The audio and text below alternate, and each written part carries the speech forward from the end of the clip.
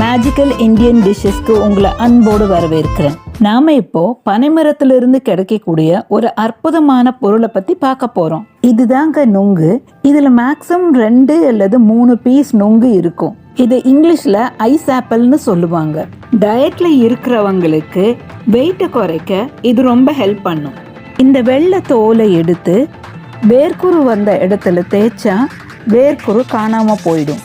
இதுதாங்க நாம சாப்பிடக்கூடிய நுங்கு. இப்போ குழந்தைங்க விரும்பி சாப்பிட்ற மாதிரி ஒரு டெசர்ட் செய்யலாம் வாங்க. நான் 1/2 லிட்டர் பாலை சுண்ட காய்ச்சி சில் பண்ணி அதில் 1 டம்ளர் பாலை இப்போ ஊற்றுறேன். 1 ஸ்பூன் ஹோம்மேட் கண்டென்ஸ் மில்கை இதோட ஆட் பண்ணுறேன். 100 கிராம் சர்க்கரையை ஆட் பண்ணி கரையிற அளவுக்கு கலக்குங்க. ஸ்கூல்லிருந்து வர்ற குழந்தைங்களுக்கு இதை கொஞ்சம் சில்லாக சர்வ் பண்ணுங்க.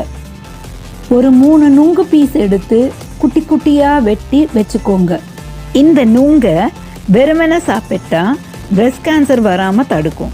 சுகர் பேஷண்ட்ஸ் இது சாப்பிட்டா இன்சுலின் சுரக்க ரொம்ப உதவியாக இருக்கும்னு ரிசர்ச்சர்ஸ் கண்டுபிடிச்சிருக்காங்க. இந்த நுங்கு சாப்பிட்டா பாடி ஹீட் குறையும். ஒரு வாணலியில் 2 ஸ்பூன் நெய் விட்டு ஒரு 10 முந்திரியை போட்டு கோல்டன் ப்ரௌன் கலர் வர்ற வரைக்கும் நல்லா வதக்குங்க. இது ரொம்ப ஹெல்த்தியான ஒரு டிஷ்ஷு. குழந்தைங்க விரும்பி சாப்பிடுவாங்க. ஒரு பிளேட்டில் அதை ட்ரான்ஸ்ஃபர் பண்ணிவிட்டு அதே எண்ணெயில் காஞ்ச திராட்சையை ஒரு 10 திராட்சை போட்டு நல்லா வறுத்துருங்க.